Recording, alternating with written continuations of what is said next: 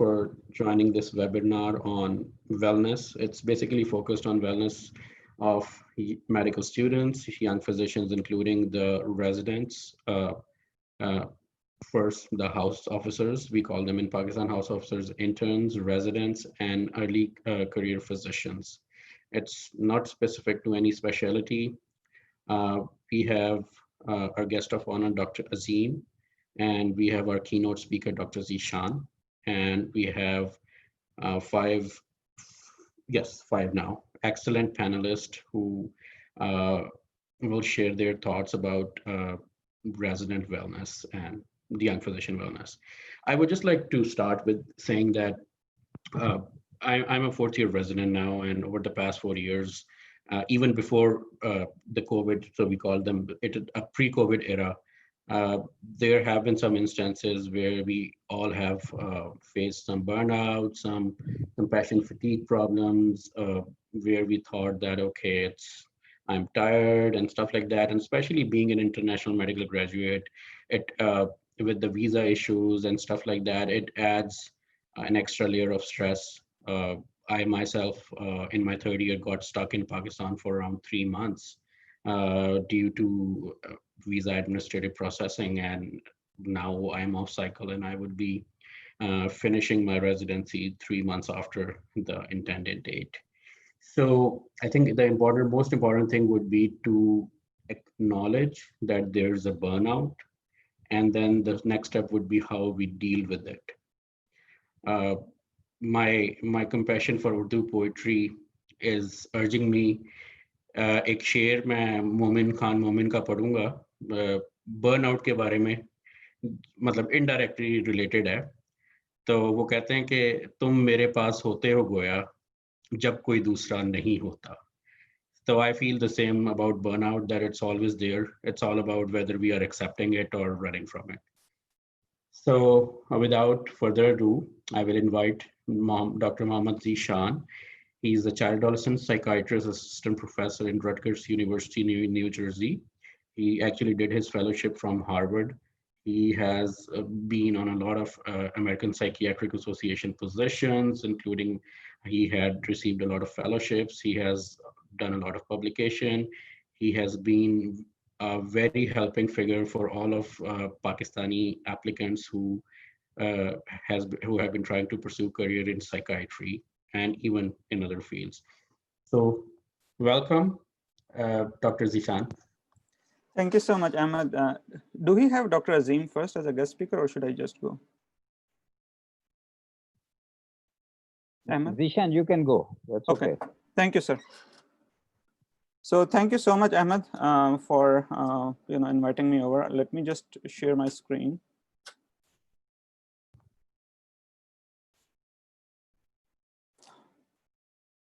So first of all, I would like to thank you, everyone, especially APPNA MERIT, for giving me the opportunity to present on this important topic. And I also want to thank you, my teacher and my mentor, Dr. Waqar Azeem, who have been very helpful in my career. And one thing that I really like about him is that he always encourages young physician people, even in their residency training, to get involved in scholarly work and leadership roles. So we are really thankful, sir, for you to be our guest of honor and always there, for guiding us and mentoring us. Also, thank you to Ahmad Rehan, a wonderful psychiatry resident, soon to finish, and moderating this event, and also to all our panelists to be here. Sadiq bhai, he just has a son, and he is just busy with his family. So he's also my mentor. So he will not be on our panel today.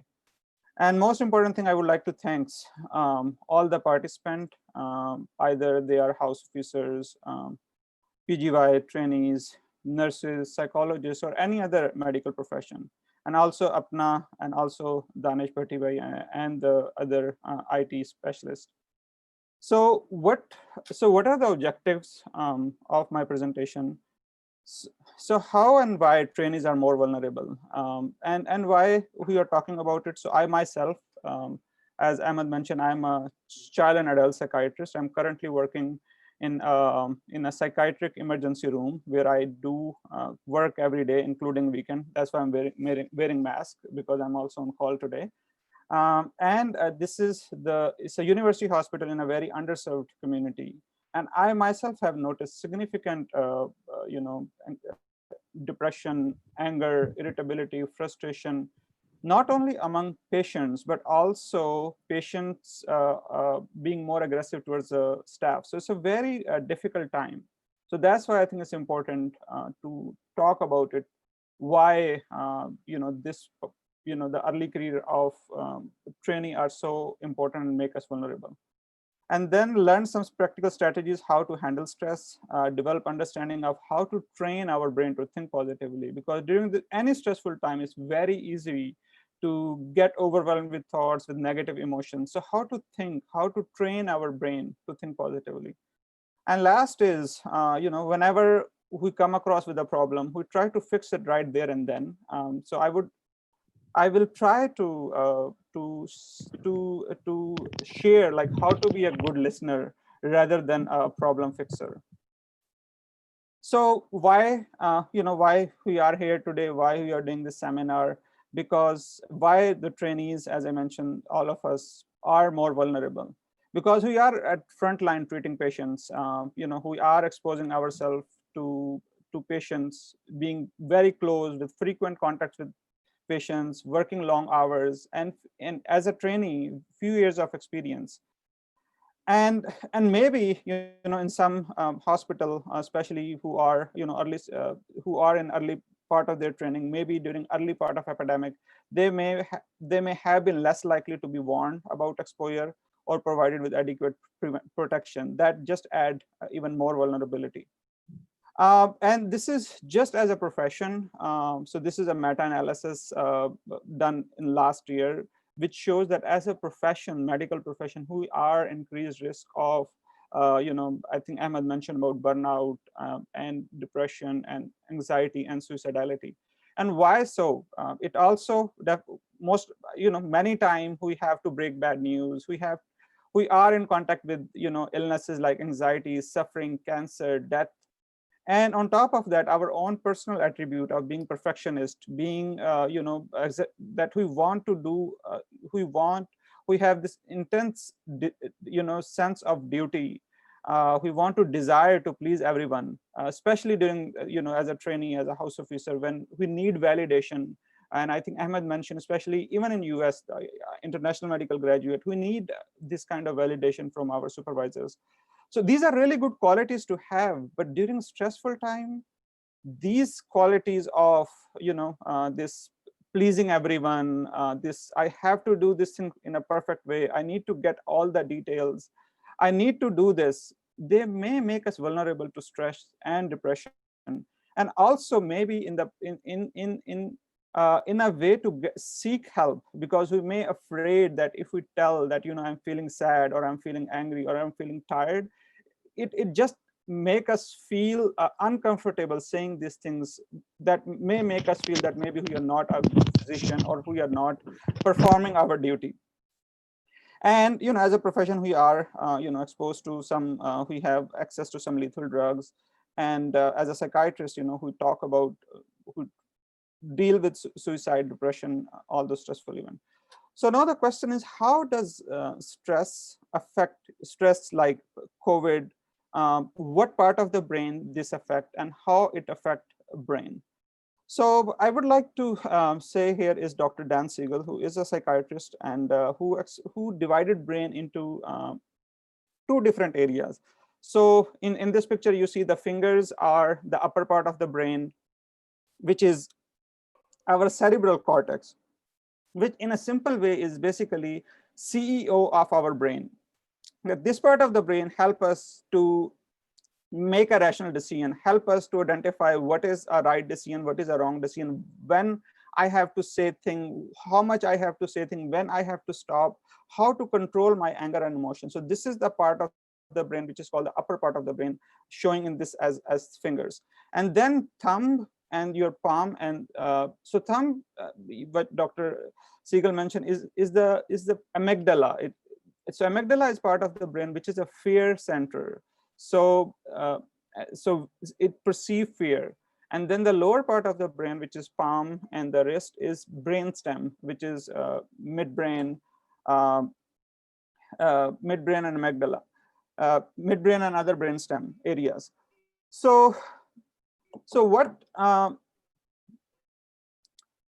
we are seeing here is that, so yeah, so during the stressful period, the lower part of the brain get more active. So what does the lower part of the brain does? As I said, the amygdala is a fear response center. So it makes us more fearful. And when the lower part of the brain is more active, so this part is either a fight. So when this part is active again and again every day, so it made us vulnerable to feel more frustrated, more angry, more, to get into arguments more easily. And also fight or the flight, or to run away, being more isolated, being more depressed. So the reason I wanted to show this, that any stress, especially this COVID-19, which is a pandemic, involving all over the world. So during this stressful event, when we are seeing these things every day, experiencing every day, our lower part of the brain is so much active, so much overactive, that our upper part of the brain, which is which was supposed to help us decide what is wrong and right, may not be function properly.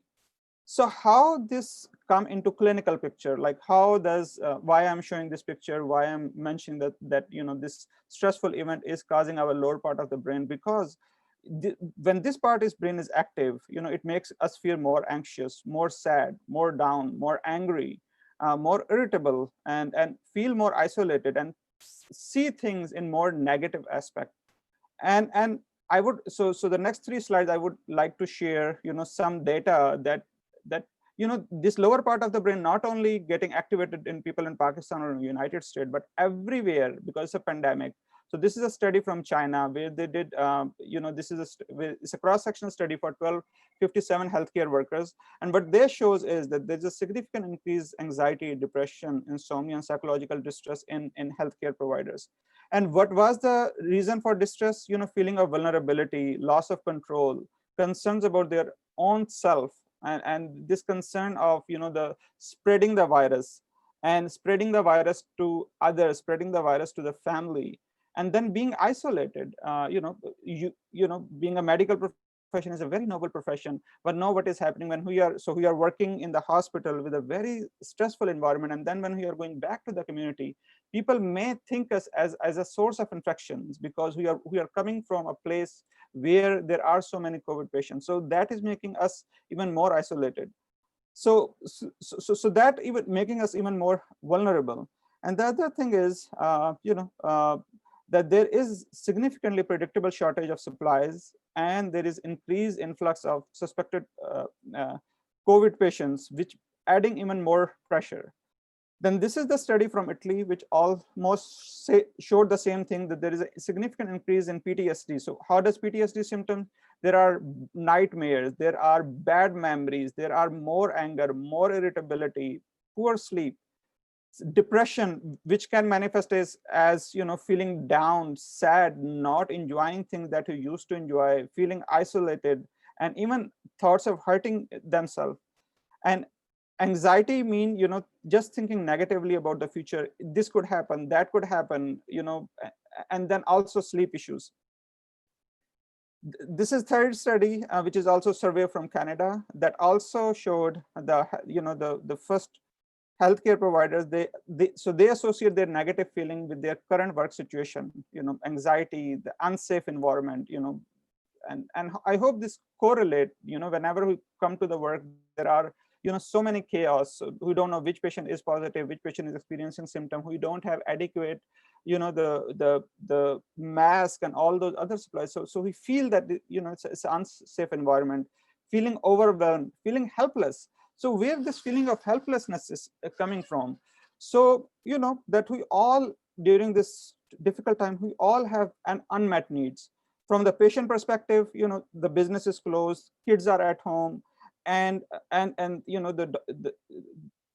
the in-person doctors appointments are gone, malls are closed, shopping centers are closed. So there are so many unmet needs from the patient, and there are so many unmet needs from the providers, so who don't have masks, who don't have the adequate supervision, who don't have the good leadership.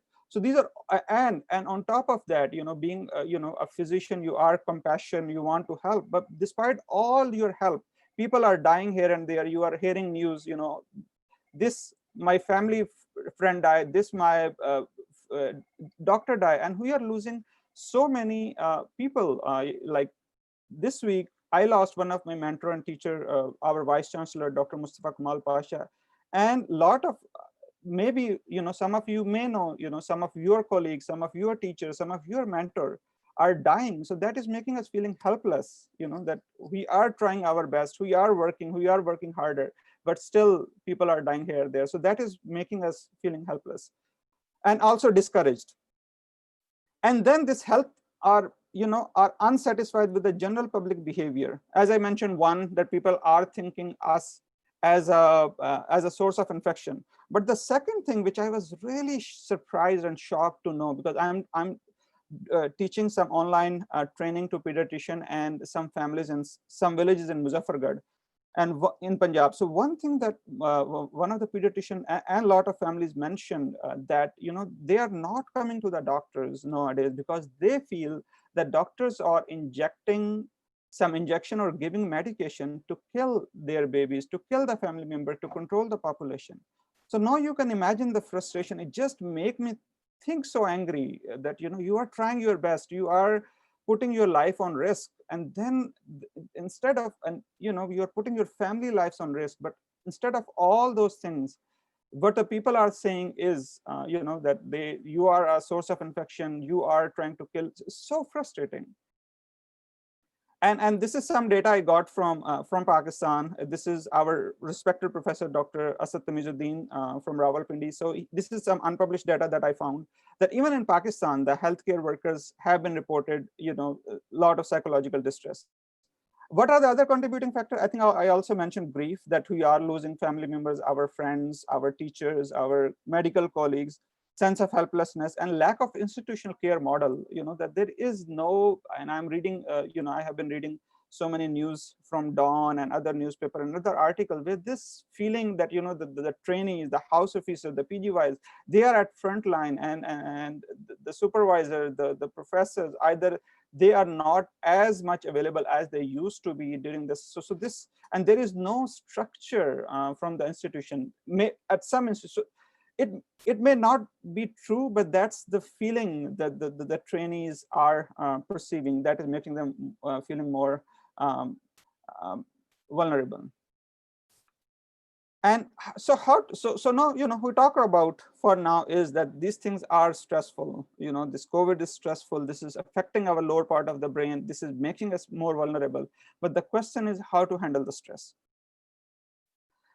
So I will share 2 quotations before I share 3 studies. So, whenever there's a stress situation, it's not what is happening to us, but it's how we are perceiving and acting on it. So Carl Jung, one quotation from, Carl Jung is, "I'm not what was happened to me. I am what I chose to become." And the second, my favorite is, you don't, from Dan Millman, you don't have to control your thoughts. You just have to stop letting them control you. And why I share this quotation. So these are, I will share 3 studies. So this is a Harvard study of 30,000 adults over 8 years. They asked 2 questions from the participant. How much stress have you experienced in the last year? And the second question, do you believe that stress is harmful for your health? And what the results shows that people who experienced a lot of stress in the past 1 year and also believed that the stress is harmful for their health had a 43% increased risk of dying, as compared to people who have experienced stress but did not believe stress as harmful. They have a significant low risk of mortality. This is another US study of 1,000 adults. 2 questions, how much stress have you experienced in the past 1 year? And how much time have you spent helping friends, family, and other people in the neighborhood? What the result shows that any stressful life experience, like financial difficulties, any, the health challenge, increase the risk of dying by 30%. But people who spent time caring for others showed significant low mortality. So what does it mean that caring create resilience? It's not the what the stress, what is happening to you, how you are perceiving it. And when I read this study, I wanted to know, and then I reflected on it too, that, that in the past couple of months, we are feeling very connected.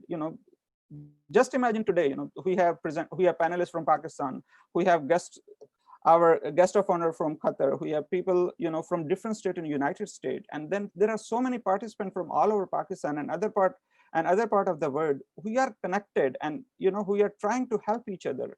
So I was trying to understand what is the neurobiology that explain this connectedness, because what I read so far was that, whenever there's a stressful response, you have this adrenaline, you have this sympathetic outflow that is making you feel, the anxious, the palpitations, sweating. But then what is explanation of this connectedness? And then when I was reading more, I found out that, in a stressful response, not only the stress hormone, which are adrenaline, that are released, but also there is another hormone which called oxytocin, which is, in a simple language, you call love hormone. So that is also released during the stressful response. So basically, which showed us that the nature has given our body this capacity to cope with stress, either feeling more connected, feeling more asking for help, seeking for help. And the more we do, as shown by this study, the more we do, the better we can activate our upper part of the brain.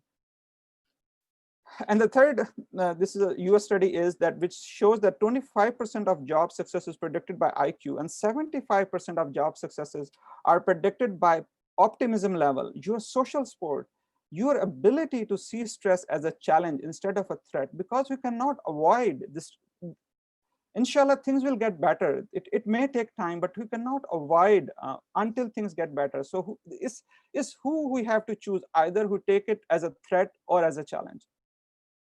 So now the question is, we talked about, this is a stressful environment. We talked about that we have to think in a positive way, but the question is how to train our brain, because this is not what we learned in our medical school. This is not what we learned in our society. This is not what we learned in our job. So how to train our brain to think more positive? And when we talk about more positive, I just want you to keep imagine that hand model. So during stressful environment, our lower part of the brain, this fight, flight, fearful, is active. So when I talk about thinking more positive, what I'm talking about how we can activate our upper part of the brain so that it can control our lower part of the brain and make us see things in a positive way. So the first thing which I mentioned is being connected, which I already mentioned, I already mentioned about oxytocin. I already shared some study. So, and people may think, how can we get connected? There are, all things are closed, but there are still some ways, calling your family member, calling your friend, even simple texting, just checking how they are doing. And also, having some, even on Zoom, having some family dinners, some family times. So the more we get connected, the more we seek help, the better it is. Okay, then then the question is, the tendency that as a physician we want to help people, and sometimes we just jump on solving the problem. For example, if one of my friends come that, I'm feeling really sad because, that friend dies. So what we usually do, and I'm not saying that's a wrong way to do, but what we usually do is we are trying, okay, oh, I know that happened to my friend too, and I have done this things. Okay, I know, I'm really sorry. Let's go out for a dinner. I'm really sorry. Let's go out, for a movie. So we try to fix the problem right there and then. So what I want to highlight today is this is an ARC model by the Erickson Institute. Dr. Linda Gilkerson is the head of that institute that showed that, so these are different steps. So I want to start. The first step is the calmness. So what we do generally, which I said that someone present with a problem here, and then we jump directly on doing part. We try to solve the problem. What I want to share today is, and I want to share the power of being a good listener. So the first step is whenever any of my friend, any of family member, they come and share that that I'm feeling sad or down, or I'm feeling angry or irritable, or even our patient bring. So the first thing I would like you to remind yourself, the more I stay calm, the better I can help this friend or this patient. And the analogy that I usually give, some of us are married, and and it's not uncommon to have fights between husband and wife. It's def it happened both in Pakistan, and I can say it also happened in the United States too. So if a husband, for example, if a husband is angry, maybe he's on fault, but if wife is also start getting angry at the same time, things may get worse. But if we as a physician remind ourselves, the more I stay calm, the better I can help my patient or a family friend. So the first step is remind yourself to stay calm. The second is you have to think yourself as a bridge to calmness. So what's the bridge to calmness analogy is that the bridge to calmness is that you might be the only person in this patient, in this family member, in your friend's life that can act as a bridge from where that patient is more angry, more frustrated, more anxious to more calm. So you think yourself as a bridge to calmness. And the second thing you will do is you will validate that person feeling rather than, let's do this. You will say, you seem angry, you seem anxious, you seem sad. And third thing is you will collaboratively explore what is happening in that person's life, how things are going. And then the fourth step is that you will come up with some solution. Okay, let's try this. And the final is you will reflect what was helpful during this meeting. So that's one thing. Being connected is one way of activating your upper part of the brain. The second thing is gratitude. What the gratitude mean is that every day write 3 things that you are thankful of. I'm thankful of having friends. I'm thankful of having my parents. I'm thankful of being healthy. I'm thankful of having a job. So write every day 3 things that you're thankful for. Second thing, journaling. Journaling, write one good thing that have happened to you in the past 24 hours. And then exercising. So when we do exercise, so what we are telling our brain is that we are teaching our brain that our behavior matters. So these are all things, the stress is there, everything is there, but we are training our brain by connecting, by thanking, by writing, by doing exercise. We are trying to regulate our emotions, our body. And then the meditation, mindfulness. So what the meditation mindfulness means? So people may think, when we talk about mindfulness, it means just stopping your thought, get rid of emotion. That's not meditation mean. Meditation mean being aware of being there, being present in a moment, not lost in the thoughts. So, having 10 minutes, intentionally deciding, okay, maybe when I wake up, I will have this 10 minutes where I will try to practice, to enjoy the moment, what I'm having. And I can, I can ask, answer more question if people are having question about the meditation. So have at least take a 10 minutes a day where we can step back, familiarizing ourselves with the present moment. As I mentioned that we can't change everything that has happened to our life, but we can change the way we experience it. And the brain breaks, and when I'm talking about the brain break, it's not that, the hours break, just maybe 90-second break here and there, having this thing in your schedule. And in 90 seconds, you can just do some walking, just practice some deep breathing. That will just help your upper brain to get active. Daily routines, sleeping, I know it's really hard. A lot of people are working from home, but reminding yourself, the more we keep our routine of sleeping, eating, family time, exercising, the more we keep activating our brain, the more we are training our brain to not get hijacked by this stressful response. And the dissociation. So what is, so most of the thing that I'm quoting is from Dr. Dan Siegel, Dr. Bruce Perry, and some from Dr. Brené Brown. So what Dr. Bruce Perry mentioned about dissociation is that, healthy dissociation, that instead of talking about this stressful event, we can watch a movie, we can spend time, with friends, we can intentionally forgetting things and try to engage in other things that are more healthy. And that positive thinking, what does it mean, positive thinking? Reassuring ourselves, reassuring our children, reassuring our friends that these things will, these are temporary, these are difficult times, these are temporary times, these things will go away. And reminding ourselves, that the more we think positively, the better, we get hold of this stressful time.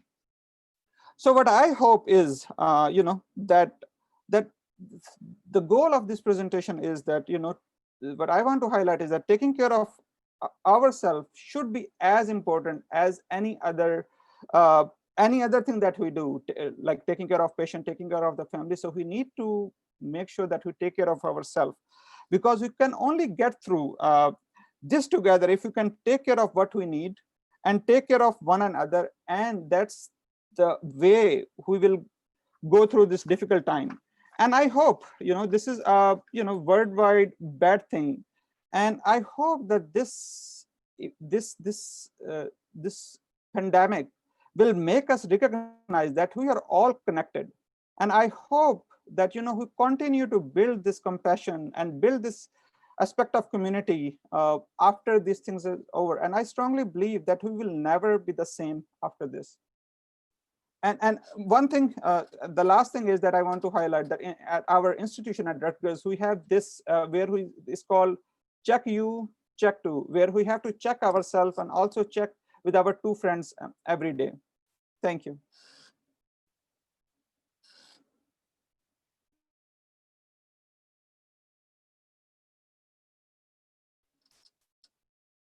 Emma, should we go to the panelist?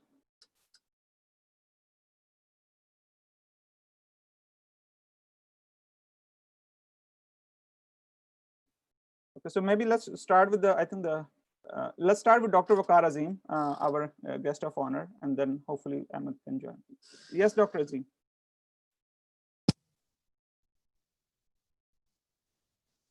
Thank you, Zeeshan, for such a comprehensive presentation.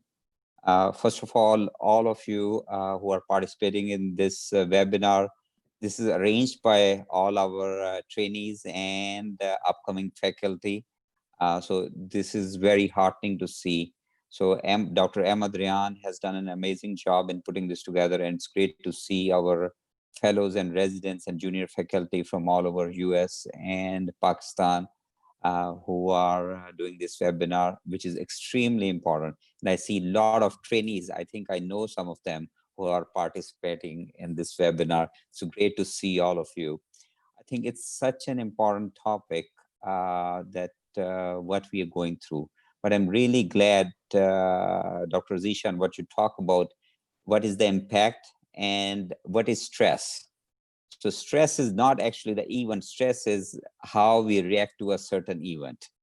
And everybody have a different stress level. So of course, I can't imagine if one person is going through certain stress, the other person might be feeling very differently. But you talk very beautifully about how to deal with these stresses. I think two things, probably the most important is how to take care of yourself and how to help each other who are around you.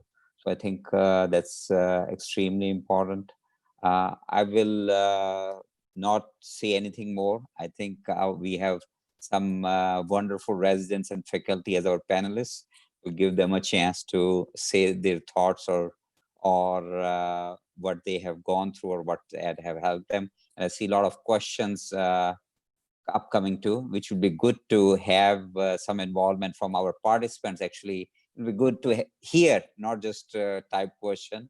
If they want to make comments, that will be good to hear. So thank you so much, everyone. Well, thanks a lot, Dr. Azeem and Dr. Zeeshan. It was a very nicely prepared presentation. It was brief, but it covered all the points. I would like to invite Dr. Kiran Khalid. She is an assistant professor of psychiatry at Carillion Clinic with Virginia Tech University in Roanoke, Virginia, and she'll share her thoughts. Welcome, Dr. Kiran. Thank you, Dr. Ahmed, and thank you, Dr. Zeeshan. That was a very, very pertinent and very nicely presented material, which I think was covered most things from the neuroscience of how we deal with stress, and how right now with COVID, we're all in a very hyperlimbic phase where we're just there's a constant threat, and we read it all the time. We call it a battle, but we read all the time that it's just the enemy is something that's very invisible, that can invade our homes, that we're in a very, very difficult position as physicians, because in trying to help our patients, we're also then faced with the fear of taking it back home. So we're constantly on alert, which can interfere with like doing things that we usually know how to do. For example, like how to put on protective PPE. And it can be hard to do that when you're feeling really, really stressed out. And I think Dr. Ahmed mentioned it first, like the first step to doing it would be to like acknowledge it. And I think like some of the strategies that you outlined in your presentation are very pertinent and very helpful in like doing things that we know how to do, having some sense of normalcy, and also like acknowledging to ourselves how we're feeling, checking in with colleagues. So one of my attendees used to say like, you never need to worry alone. And I think that that's very, very much more appropriate in this situation right now. And another thing that I've come across in the last couple of months with COVID is something by Russ Harris, who is an acclaimed writer on acceptance and commitment therapy. He put out like a little video on YouTube. It's called Face COVID for the general public, but it's very, very helpful to just review it yourself, which like breaks all of it down in terms of how do you face COVID.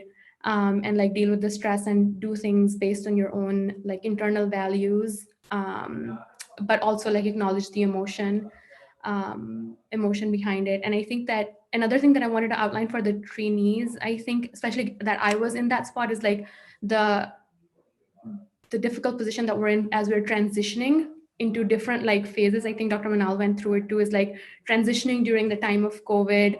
How do you like go from one place to the next? Like travel is so hard. Visa issues are like just a whole different sort of like situation and a whole different dimension of things. And on top of that, like you're going to be going from one institution to the next. And I think that's an important factor to keep in mind for burnout, for wellness, and for especially with COVID too, is like, what are your systems values that you're going to be joining? And how well do they align with yours? Because one of the reasons for one of like the factors that's been outlined for burnout is also like this mismatch between an institutional value and your own personal value, which then like results in like loss of meaning and loss of pleasure in our work, which is like Dr. Zeeshan said, is a very noble work and is very important what we do. And it's very sad and it's very disheartening when we come to a point when we start to like lose that sense of meaning and pleasure from it.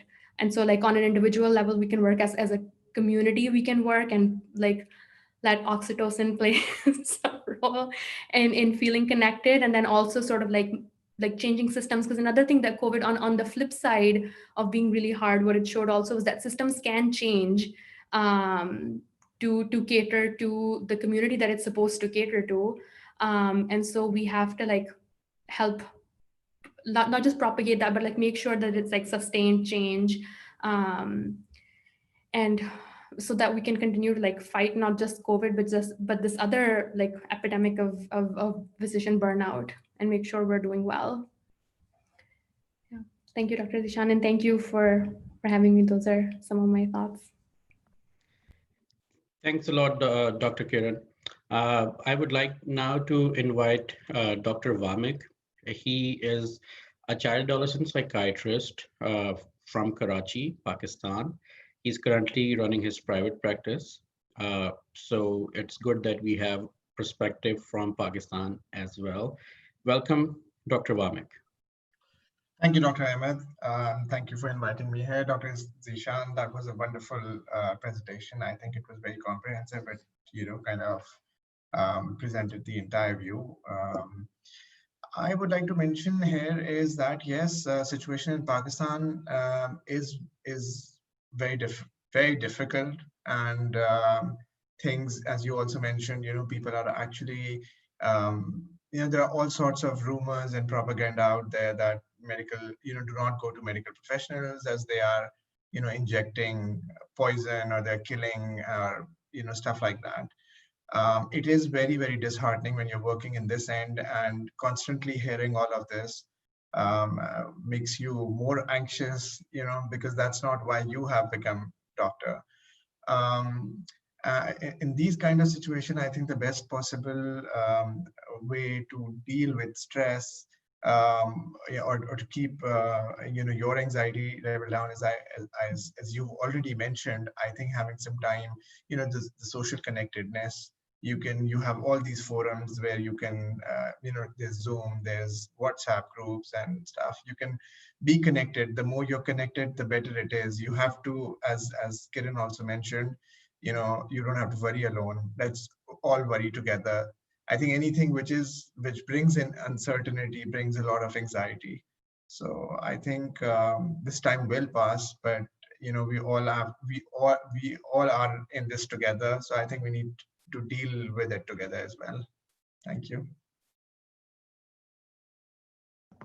Thanks, Dr. Varmik.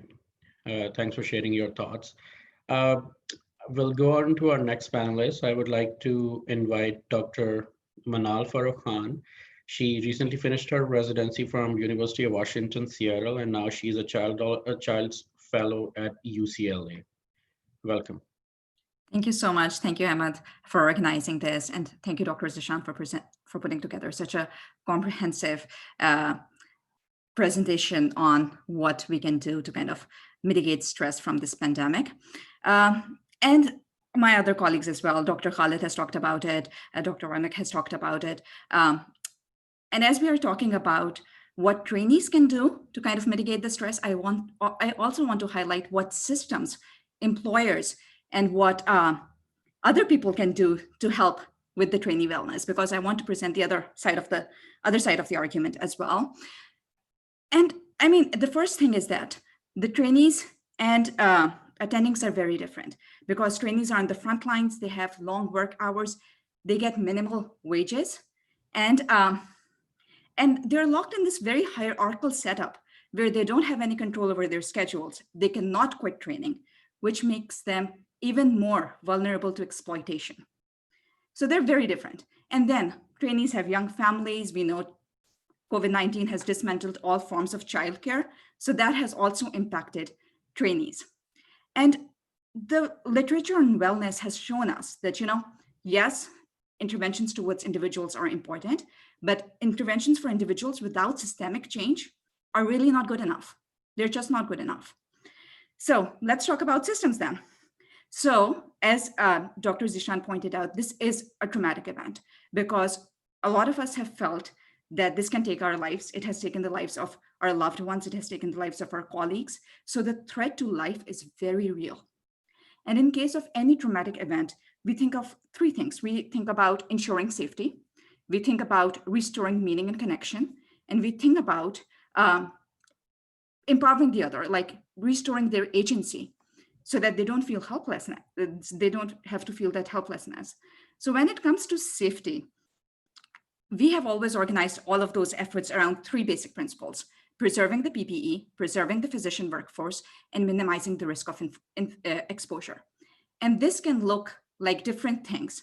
It can look like COVID testing for all patients who are admitted. It can look like regular testing for employees. It can look like union representation. It can look like hazard pay. It can look like having skeletal teams. It can look like transforming these in-person meetings, these in-person didactics, or in-person services to virtual platforms. And I know the hospitals incur some losses when facility charges are not applied and all of those things, but we have to prioritize the lives of our physicians. Then, secondly, restoring agency. I know in states where there was a surge, trainees were redeployed from settings which were non-acute to acute, and they were also redeployed from their specialty to another specialty. And these decisions should not be unilateral. When these decisions are made, because these decisions are about trainees' lives, they're about trainees' trainings. So trainees should be at the table when these decisions are made. And I'm not advocating that, excuse all trainees from participating in patient care forever. No, but these decisions have to be collaborative, they have to be equitable, and they have to be transparent. And trainees have to be a part of those decisions. The third thing, restoring connection and meaning. And Dr. Zeeshan has talked about it. There are ways to do it. There are ways like support groups and process groups and personal psychotherapy and physician helplines.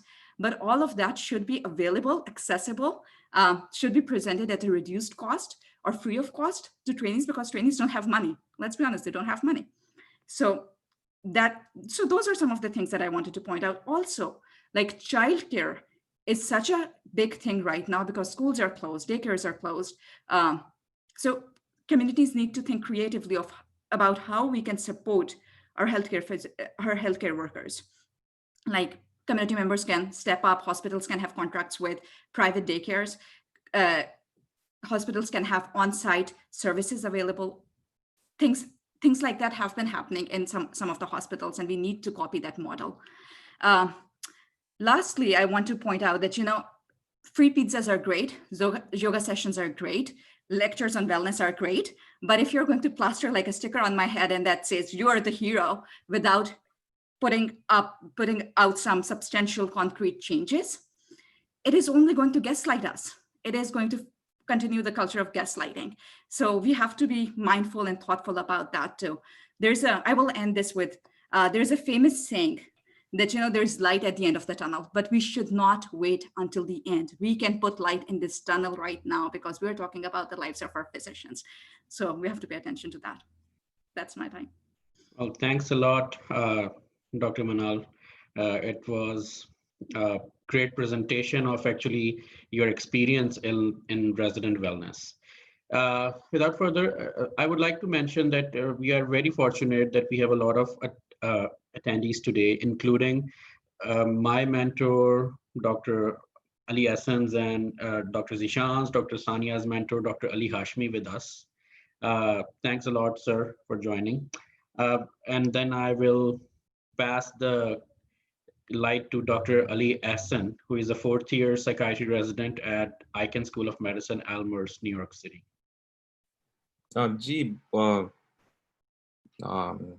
Thank you. I might switch between Urdu and English. I may not. I understand vast majority is Urdu speaking.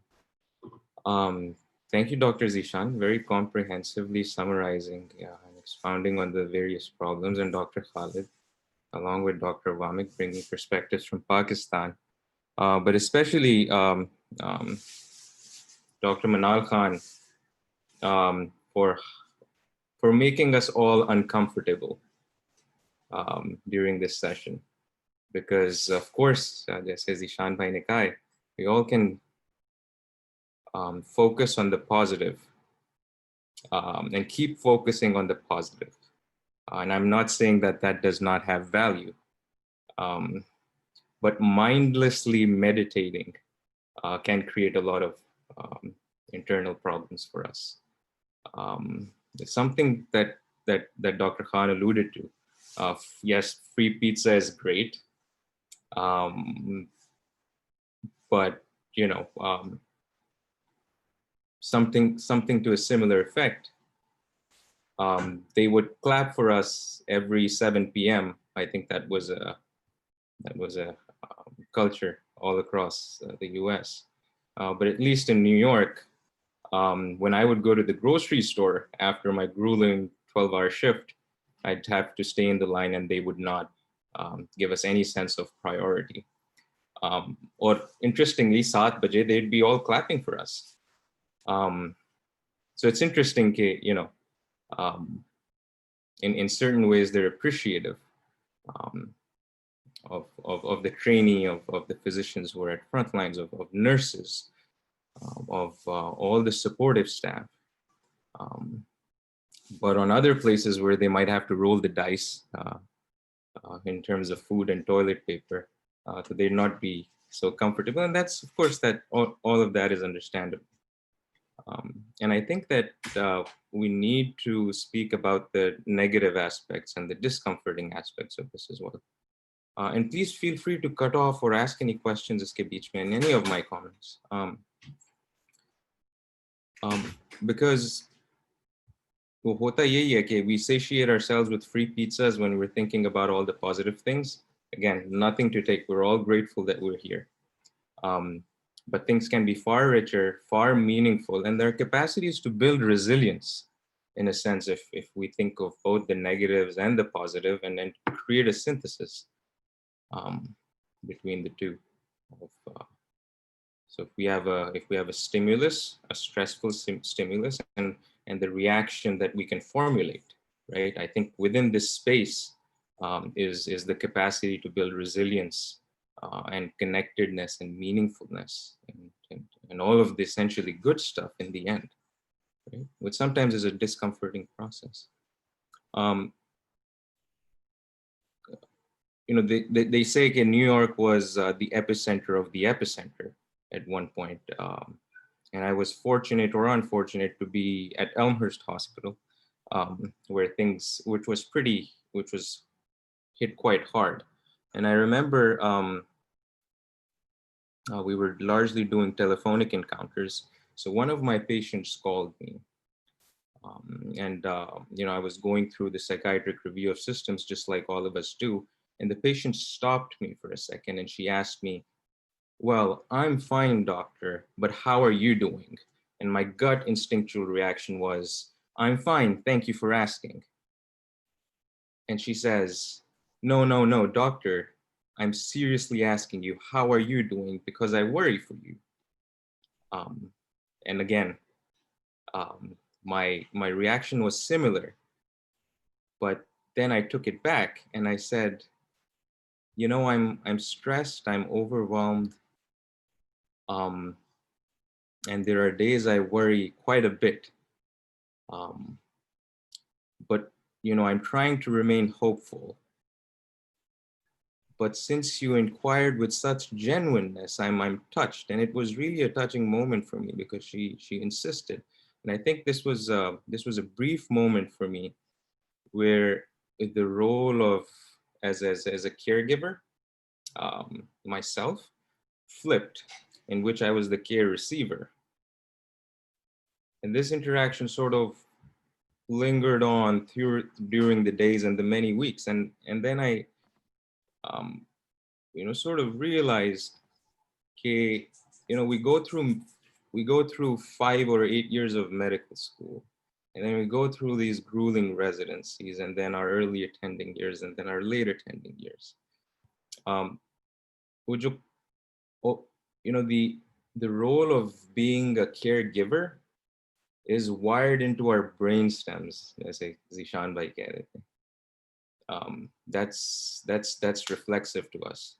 And even when we have to be at the receiving end of care, we try to focus on the positives, know everything is okay, we plaster ourselves, we satiate ourselves with free pizzas. And again, there's nothing wrong with that. But there are other things that we can do in the longer term. So I guess, you know, that वो कहावत है कि doctors sometimes are the worst patients themselves.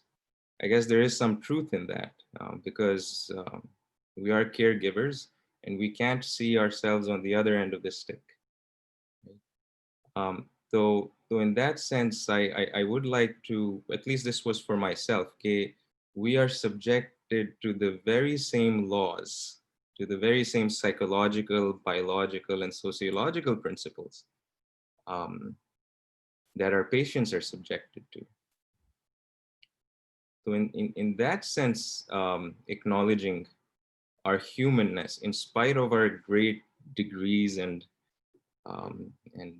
being a healthcare provider throughout all these years, for me personally, this was quite a bit of a realization, and it came only after thinking about the negatives. I remember एक time पे मैंने अपने वालिद साहब से, I was over here, things were pretty bad, and I spoke with my dad that, you know, things are tough and I might not make it. And now we have the wisdom of hindsight, things aren't as bad. But, you know, back then when things were going down in Italy, in Spain, I'd be surprised if our own personal mortalities and our vulnerabilities weren't questioned, or we didn't come to an acute realization of that. So in that sense, periods of stress, जैसे Zeeshan भाई ने कहा था, periods of stress, depending on how we frame, are also times of growth. And it's challenging. That process is extremely challenging if we keep thinking about the positives. Again, don't get me wrong. It's not a pessimistic conversation. Positives are there, but the positives lose their value very fast if we ignore the whole picture.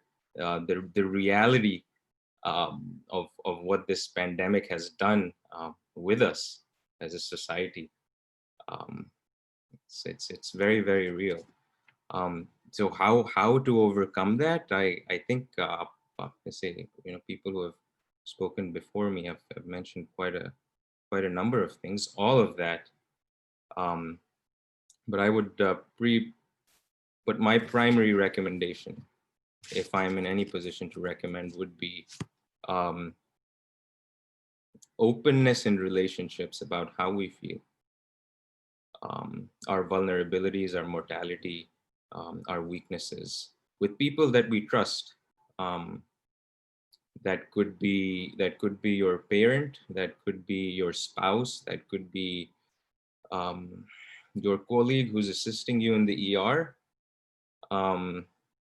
That could be any random stranger that you run in onto the street, depending on the context. It could be any one of your mentors. I remember myself reaching out to Dr. Ali Hashmi through an email, and he said some certain things that really he wouldn't have said if I wasn't vulnerable. So all in all, these very human experiences, and we are subjected to them in the same way. And I hope we do have some sense of realization of that. And if that is, I think we can turn this extremely stressful time into periods of growth. And that's all I have to say. But I'd be happy to take this conversation further. Well, thanks a lot, Ali. It was definitely very heartfelt. And I would just like to add that it's not all la la land. It would be living in fool's paradise if we just notice or keep focusing on the positive.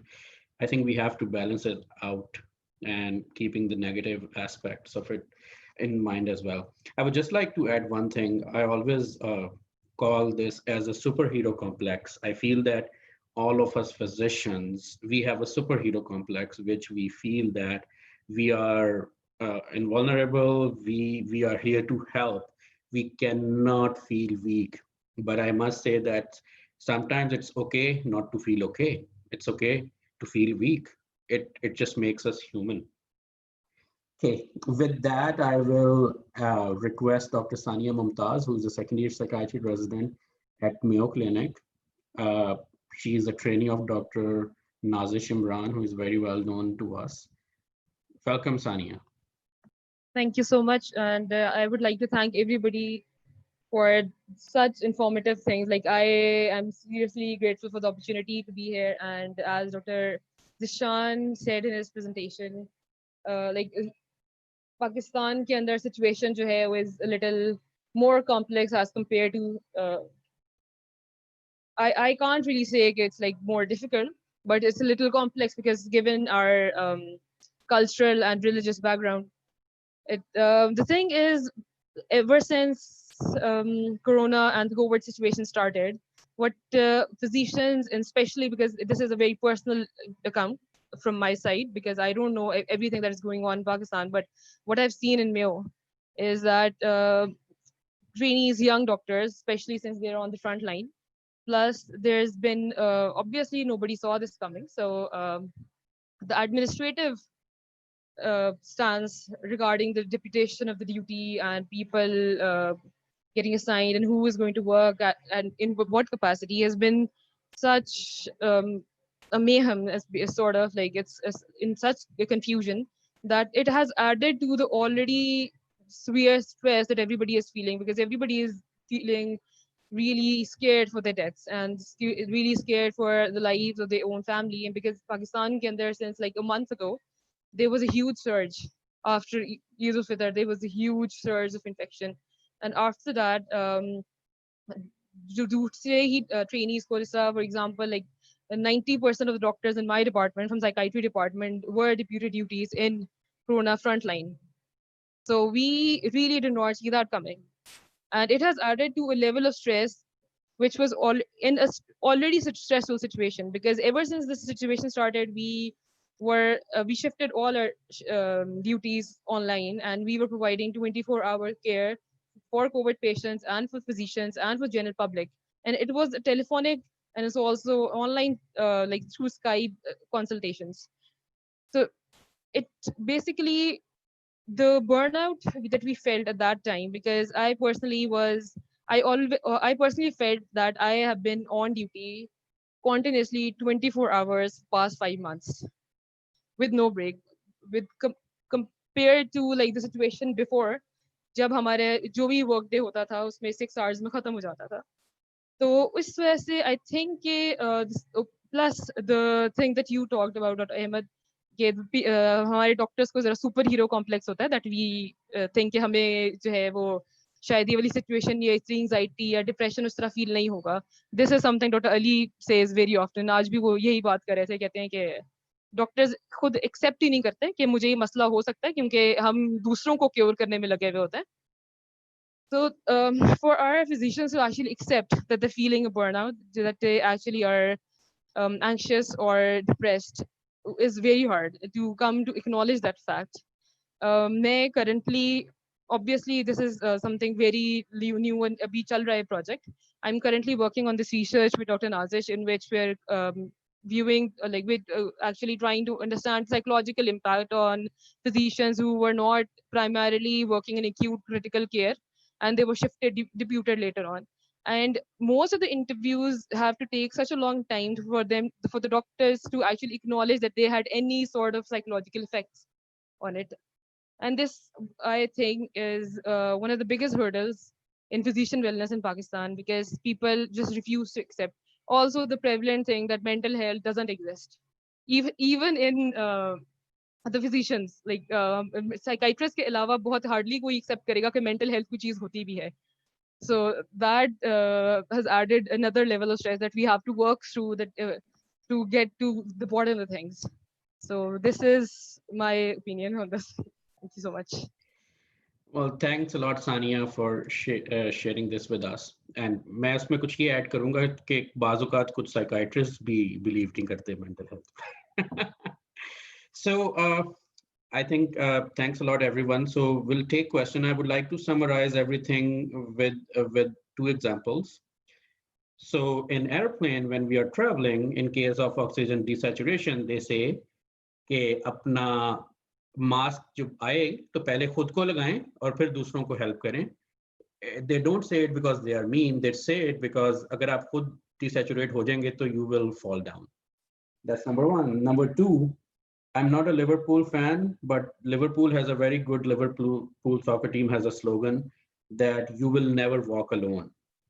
So that's what I would like to pay my tribute to all the, especially house officers in all the hospitals of Pakistan, and because you guys are the real frontliners. So I would, so I think Dr. Manal and Dr. Ali Hassan has something to say.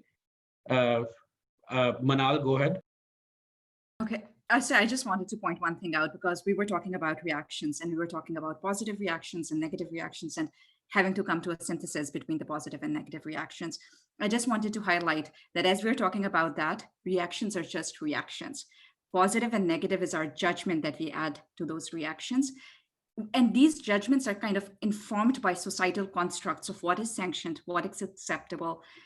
So we have to be aware of that, because when we talk about meditation, especially mindful meditation, a huge part of that is like the what skills and the how skills. The what skills are observe, describe, and participate, and the how skills are effectively, mindfully, and non-judgmentally. So we have to kind of be aware of where our judgments are coming into picture as well when we're talking about positive and negative reactions. So just wanted to put that out. Okay, Ali? To what Dr. Khan said, I would respectfully say we cannot escape judgment. We are judging all the time, and there are degrees of judgments. But something else with regards to what Dr. Sania Tahir said. It's interesting to note, okay, when the individual suffers from, when a regular individual, when a non-physician suffers from any psychological ailment, we have a tendency to term that as depression or anxiety. But when a physician suffers from that, we are more inclined to say it's burnout. We don't use the same terms. My mind imagines that that's one of the ways that we distance ourselves from such conditions. Kiran, did you have something to say? Yes, a lot, but I will summarize it. So I agree with everything that everybody else said, and I think it was a big learning experience for me too, hearing everybody's thoughts, and it's such an honor to be part of the panelists and the speakers are so excellent. But I also wanted to comment on something that was said earlier about I think we as physicians and we as a culture also sometimes confuse what mental health means. It is not just the absence of disease. It is actually doing well. It's not just surviving, it is thriving. And so we need to change that concept, and also the concept of acknowledging vulnerability, like everybody else said, is being human. And we are not, as much as we would like, we're not this powerful to not be human. So we are human. Acknowledging vulnerability, I think, is very important for us. But I agree with what Manal said too, which is that systems need to change. They need to stop putting us in this catch-22 phrase where, okay, you accept that you're vulnerable, you go get help, and then the next thing you know, your disability goes up and you're having to put it on your licensure application and you're having to put it on your credentialing application and somehow being punished for saying that, hey, I'm human too. And so I think that we have to change that as a culture as well. And so change ourselves, but also the systems may need to change. And we have to recognize that we're maybe during COVID too, where all we're doing is surviving, which is the most important task. You can't thrive unless you survive.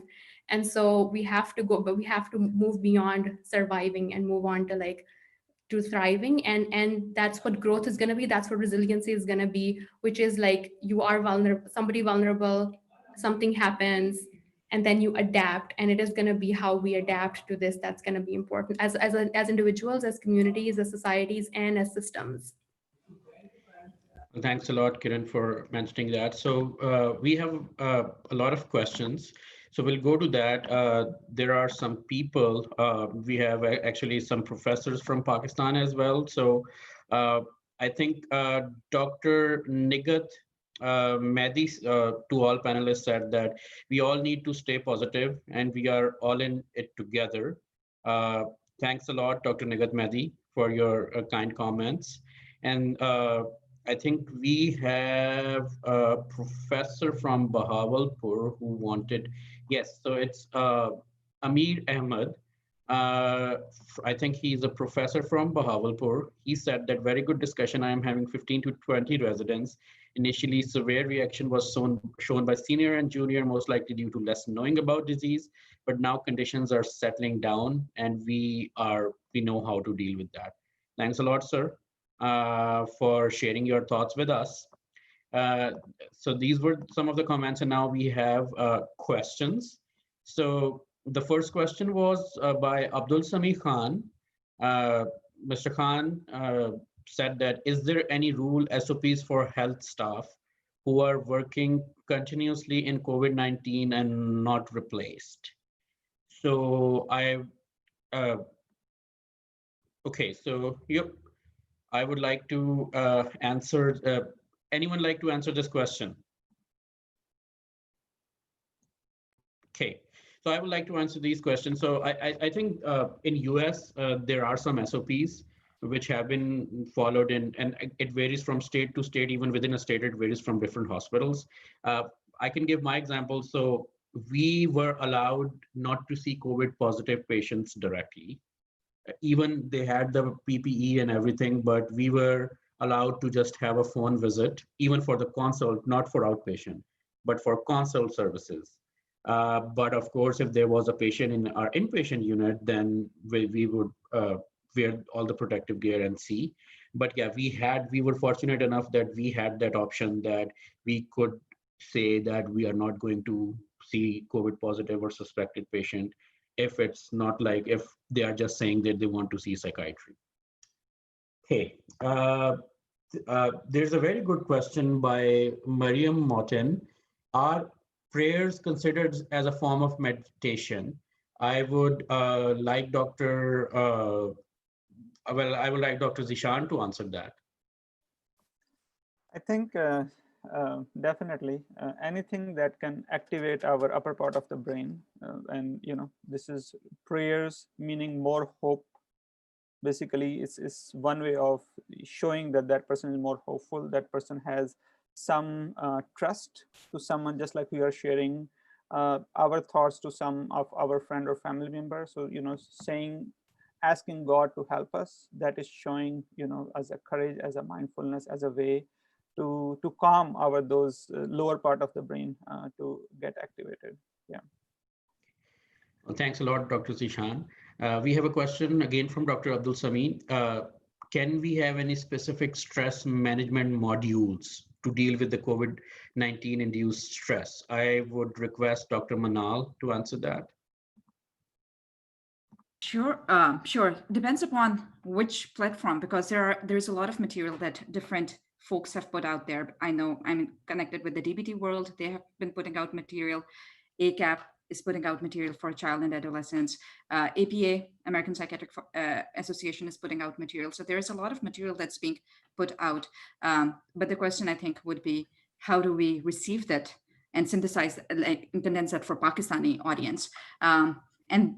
And I mean, these webinars have been a great platform. So I would encourage people to think about using this platform to talk about stress and stress management, and kind of doing even like a short course or something on how to deal with stress. Yeah. Okay. Yeah, I think, one quick thing. I think what Manal mentioned is definitely American Psychiatric Association. I think they have a lot of good resources, and they have some podcast links to the podcast. They have some actually the toolkit especially for the resident, and they have also other resources. So, and I think, as Manal said, that we can use, and a lot of other organizations, we can use those and then try to cater to what is applicable more to Pakistan, and we can design something. And I think we all will be more than happy to work on it. But I think that's very important to have a standard guideline for that. Yeah. There's a very long question by Dr. Shazia Parveen. I would request Dr. Ali Hassan and Dr. Kiran Khalid to answer that. So they say that in Pakistan, young trainees or interns are losing their interest in work, and meanwhile, life to gradually as time passes on. I would want to ask you, can we design any study which could highlight the problem at state level, and they could make some SOP to overcome this level of frustration? I think, as I feel, when this pandemic ends, more of them will be at danger of stress disorder, which could be challenging for healthcare systems.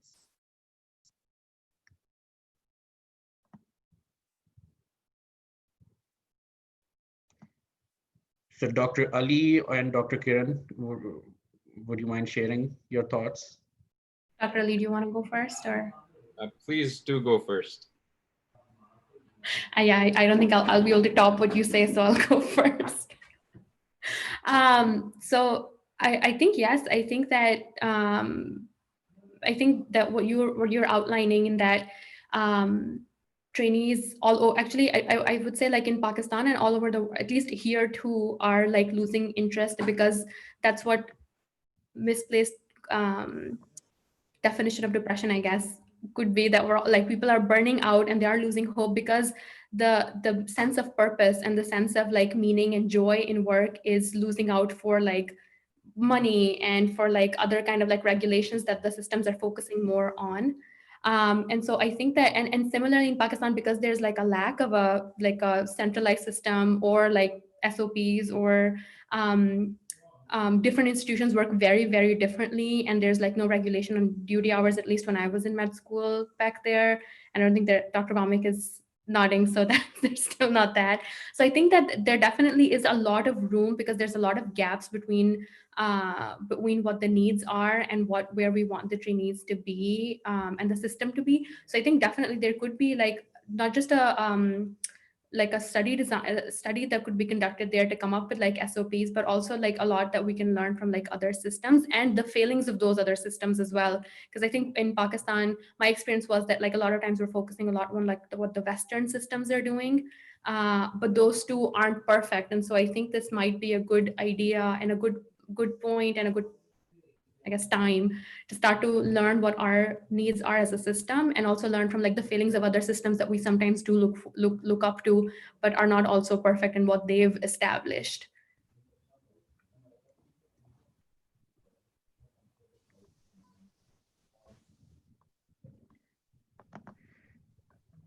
Okay, so Ali, you want to go ahead? Gee,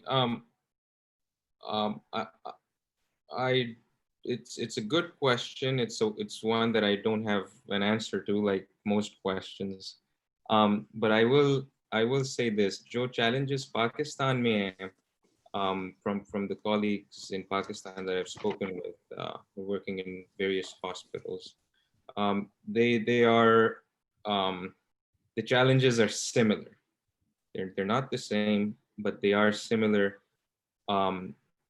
यहाँ पे a lot of trainees lost interest in training when we were being hit hard. And there are various reasons for that. Oh, Zaira, we come in with these hopes, everything sails smoothly, we get done through the years of residency and then fellowships and then our first job, and then bam, there's something that throws a wrench in the works of all of this and of such magnitude. So we're like, what the heck did just happen? And it's quite disorienting. इंसान वही है जो America में, I think in that sense, my instinct would be that we might be more affected by it. Not that the difference would be great, but similarly, Pakistan may be ऐसे ही है. I don't know if there's any standard of procedures, but I would say this: there are people who uplift you, who inspire by taking the lead in doing good work in spite of the horrors. Dr. Pasha ki, he unfortunately and very sadly passed away. But the little that we do know of, that I do know of him, he was one of such individuals who was able to inspire and give meaning to these young physicians. And they're like, if Dr. Pasha can do it, then why can't I do it? So I think leading from the front and being role models in that sense could help a lot of young physicians to sort of reorient themselves. Or crisis aate hain, this is quite big, but crisis mein ye hota hai, someone takes you out of them. Okay, well, thanks, Ali. So two things. So I would request Dr.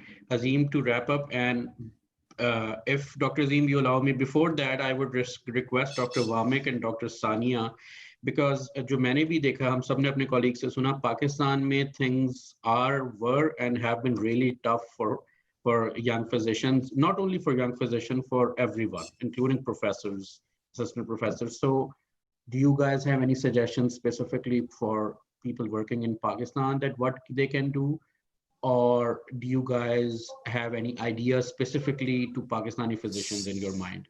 So I would request Dr. Varmik and Dr. Sania Mumtaz to share their thoughts, and then we'll request Dr. Azeem to wrap up this wonderful session.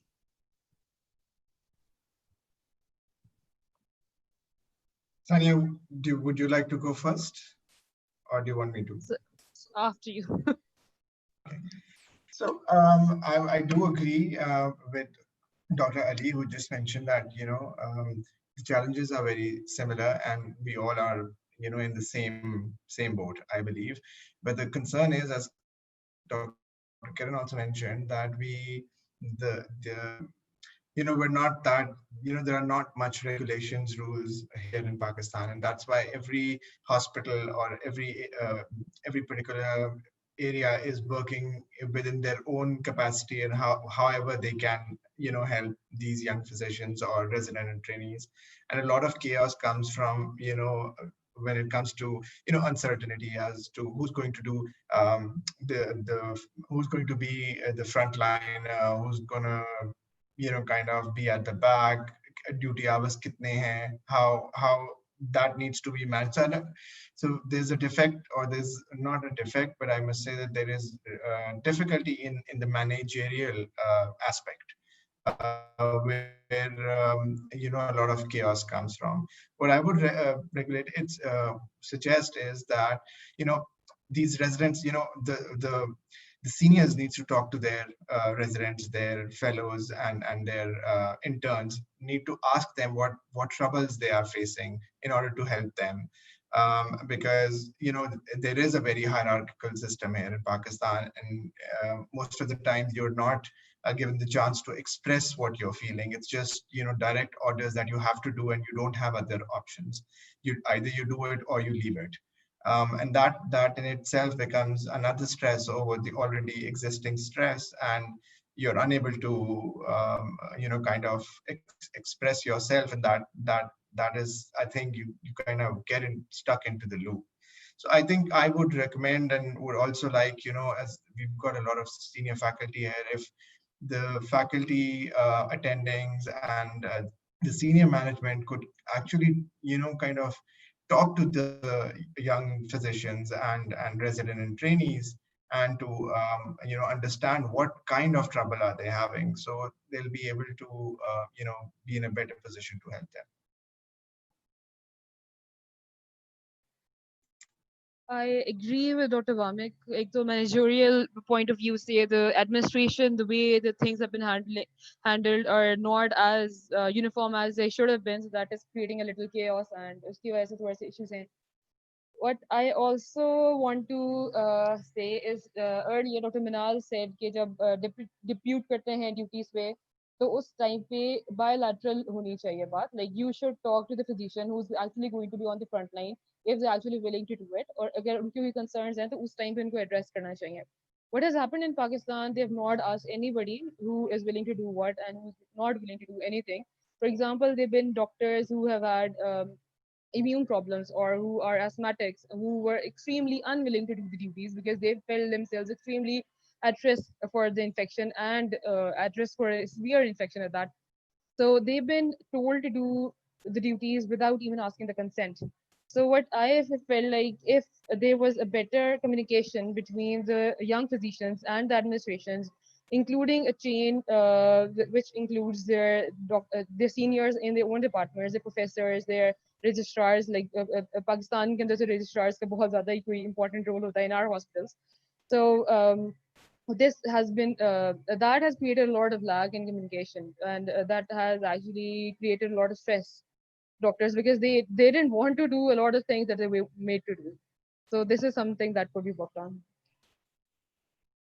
Okay, thanks, Sania. I would like to request Dr. Azeem to wrap up and share his kind thoughts. Sure. Thank you, Ahmad. I think it was heartening to hear all our residents, fellows, and trainees, Dr. Manal, Dr. Ali, Dr. Sania, Dr. Varmik, and you, of course, and a question which I saw, which was extremely relevant and important. I think I will answer that question also from at least what I do. I think regarding trainees, your program training director and chair sets the tone, how the trainees should be treated. And they need to have a clear vision what they want for their trainees. I give you an example. I was a training director in Connecticut. There are 3 big rules for us. Number one, not to worry alone. Secondly, be nice with each other. And thirdly, you are very important for us. So first level is your program training director in Pakistan. It's your supervisors, and your department chair plays a key role in how the trainees are treated and what you go through, whether they listen to you or not. So I think first intervention is done at that level. Second intervention in Pakistan or even in US is done at a higher level, at institutional level, which is in, for example, in Pakistan, it's at a VC level. And in US, it's probably at a chief medical officer level or a CEO level, that what the institution values are in regarding their trainees, how they treat them. But the third most important thing, I think, is a public health model, that how we involve the community and the state or the provincial government in helping what trainees goes through and what we work for them. So all those threes are extremely important, that we need to have some understanding for these people, how to intervene and how they can help with the trainees. But wonderful session. I so happy to hear all your thoughts. It was thought-provoking, and I'm pretty sure this group from APPNA MERIT will continue to do these webinars. I'm pretty sure I hear a lot of input from our colleagues in US and Pakistan. They find it extremely helpful. So thank you so much, everyone, all the participants and all the panelists, speaker, our moderator, and everybody. Thanks a lot, everyone. Just I would like to thank Dr. Saira from Pakistan and Dr. Waseem, our consultant psychiatrist in Karachi Civil Hospital, that they shared their wonderful thoughts. I would like to end this discussion, not with a share, of course, but I would like to say that those of you who are big Avengers fan like me, so even our big strong Hulk had a soft spot for Natasha Romanoff, Black Widow. So we all have, despite of us being physician, despite of us being all strong, we all have soft spots and vulnerabilities. So find your Natasha Romanoff and confide in that person. Thanks a lot. Thank you.